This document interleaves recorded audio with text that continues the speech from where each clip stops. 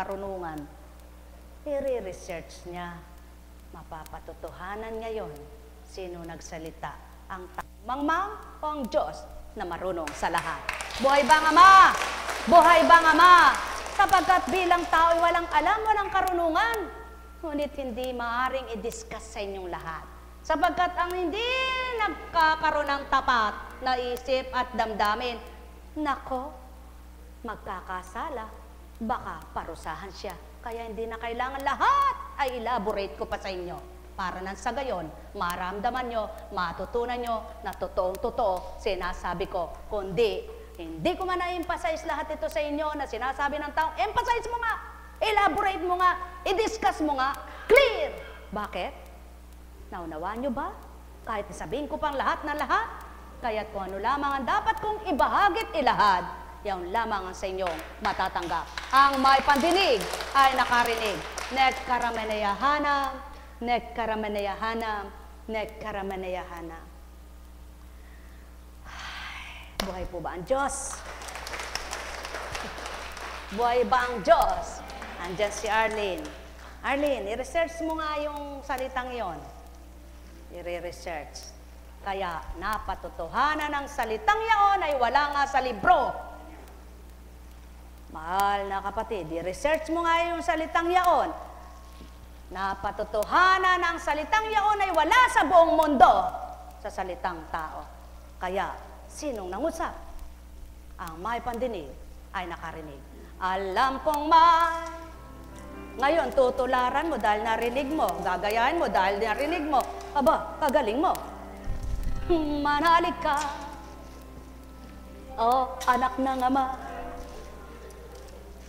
Alam kong magagawa ang Ama pagka winika niya, manalig ka na.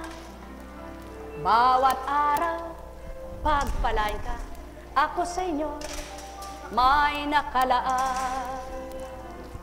Mayroong magandang mangyayari sa inyo, aking mga minamahal. Mayroong magandang mangyayari sa inyo, manalig o mangkin at anggapin. Alam kong may magagawa ang Ama. Halika nga dito, anak. Alam kong may magagawa. Niloob ng Ama na ikay ngayon ay naririto sa loob. Hindi ka naman pumapasok. Lagi kang nandun sa gilid. Kaya panahon para ikay halika dito. Alam kong may magagawa ang Ama. Alam kong may magagawa ang Ama pagka winika niya, manalig ka na. Bawat araw ako sa inyo'y may nakalaan. Hindi ko pa pinahintulutang iapak mong biglayan, ano? Para lumakas ang loob niya, na wala kang butong mabubulok.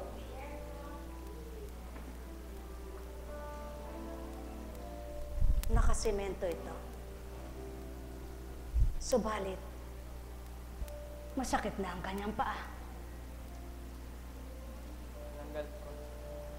Siya na lang magkwento sa iyo. Sapagkat kung i-discuss ko sa mga taong naririto, di naman nila maaunawaan. Magkakasala at sasabihin nila, naninira si Apo Kunching. Kailan kayo siniraan? At kailan nanira si Apo Kunching kanino man? Siya sinisiraan, siya sinisira, ngunit siya hindi nanira at di nagigiba at di ginigiba. Hindi nang gigiba. Ang tao ang naninira. Ang tao ang sumisira. Ngunit si Apo Kunching wala pang siniraan. Wala pang sisiraan at di sisiraan ang tao sa lupa. Subalit ang tao, sadyang ganyan.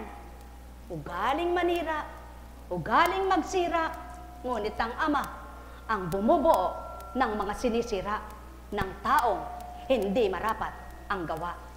Kaya anak, lakasan mo ang loob mo. Alam kong pwede ka nang manaluntun dito. Magagawa ang Ama, magkakaanak pa yan, magkakapamilya. Hindi bubulok ang buto. Alam kong magagawa. Kaya lang, wag muna. Wala ka pang papakain. Ang Ama, alam kong magagawa. Yan ang patotoo. Hinagis na sa'yo. Dinampot mo, lumundag sa iba na punta. Ang Ama, pagka winika niya, manalik ka na. Bawat araw, ako sa inyo may nakalaan. Mayroong magandang mangyayari sa inyo, aking mga minamahal. Mayroong magandang mangyayari sa inyo, manalig umangkin at tanggapin. Alam kong may magagawa ang Ama. Alam kong may magagawa ang Ama. Pagka winika niya, manalig ka na. Bawat araw, ako sa inyo may nakalaan.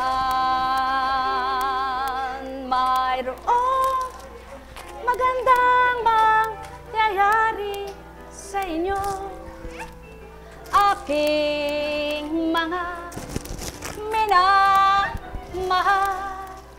Mayroong magandang mangyayari sa inyo, manalig umangkin at tanggapin. Manalig na lang mga anak, na nawa ang mabuti ang siyang matupad. Panaligan niyong ganap na ang mabuti ang siyang maganap. Buhay bang Ama? Buhay bang Ama? Kung minsan, kailangang malinlang ka para matuto ka, di ba? Kung minsan, kailangan lokohin ka para mag-isip ka, di ba? Kung minsan, nilolob ng Ama na dayain ka para sa susunod, matuto ka na at magnilay ka na, di ba? Subalit, ano man ang ginawa sa iyo ng kapwa mong manloloko at hindi totoo, sigurado ang gaganti, hindi ikaw, kundi ang Diyos mo. Buhay bang Ama? Ganun lang kasimple ang buhay. Kaya kung magtitiwala at mananalig ka, may magagawa sa tuwina ang Ama. Tapat noon, ngayon, at kailanman. Habang may buhay. Habang may buhay, Ama sa inyo'y tapat. Kailan may hindi lumilipas, napaparam ang kanyang kapangyarihan at gawa niyang kainam lahat ng sandali. May magagawa siyang tuwiran. Ika'y anak niya na minamahal tuwina. Kung nalumbay ka man, may kagalakan na dulot ang Ama upang ganap siya ang magpakilala. Sa buhay mo'y kamtin siya na sa tuwina'y mahal ka ang may pandinig ay nakarinig. Nekkarameneyahana, nekkarameneyahana, nekkarameneyahana. Buhay ba ang Diyos? Tapat ba ang Diyos? Sakit ba? Ha? Masakit. Yan. Kaya sinasabing huwag mo munang persahin para kailangan talaga, hindi pwede sabing 3 months, 4 months, kailangan matibay na muna. Noon naman, ito binabalik, dito naman, kawawa yung bata, nabulok. Nabulok ang ganito. Nabulok.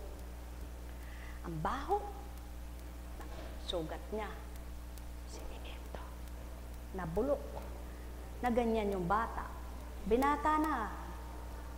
Na ganyan. Nabulok. Sinigito. Tinanggal. Pinasingaw. Na ganun. Salamat sa Ama. Naiyunat din ang kanyang kamay. Buhay siya, tuwina ang Diyos. Buhay siya sa tuwina. Kaya lahat, pagtiwalaan nyo siya, ano man ang ginagawa sa inyo ng mga manggagamot nyo, doktor, etc., etc., etc., basta mahalaga, tanggapin nyo'y Ama, kilalanin nyo siya, at ipagkatiwala nyo sa Kanya ang lahat. Pagpalain kayo. May misyon po, kaya may bukas pa. Ay, may misyon din pala bukas. Saan ba ang daan natin? Diretso na ba tayo? Liliko pa tayo? Pagka po kasi dito dumaan, madali lang. Eh, pag umikot, malayo-layo. Kaya, kailangan po nating magbigayan. Ano po? Alam niyo po, kung ako lang, ba't kailangan pa akong humayo? Kaya lang po pag-aatas talagang pag-aatas na, anak, umayo ka. Kailangan po nating tuparin. At sa pagsunod naman, pagtalimay, kay sarap naman pakiramdam. Di po ba? Saya? Sapagkat ang Diyos ang kaligayahan at ang Diyos ay matapat kaninuman. Kaya sa Kanya niyo po ilagak ang lahat. Siya ang Kanyang kapangyarihan. Ang taglay ay di mamamatay. Pagpalain kayo sa pangalan ng Diyos Ama, Diyos Anak, Diyos Espiritu Santo. Magsihayo kayong may galak sa puso nyo. Matigib kayo ng pag-asa at pananalig na tapat sama. Patuloy na ang pangunawa isilid niya sa inyo at upang maganap sa buhay nyo ang lahat ng minimithi nyong napaka-imposible man sa inyo kung makabubuti ito. Alam ng Ama yan, kaya pagkakaloob niya. Pagpalain kayo. Tayo na po.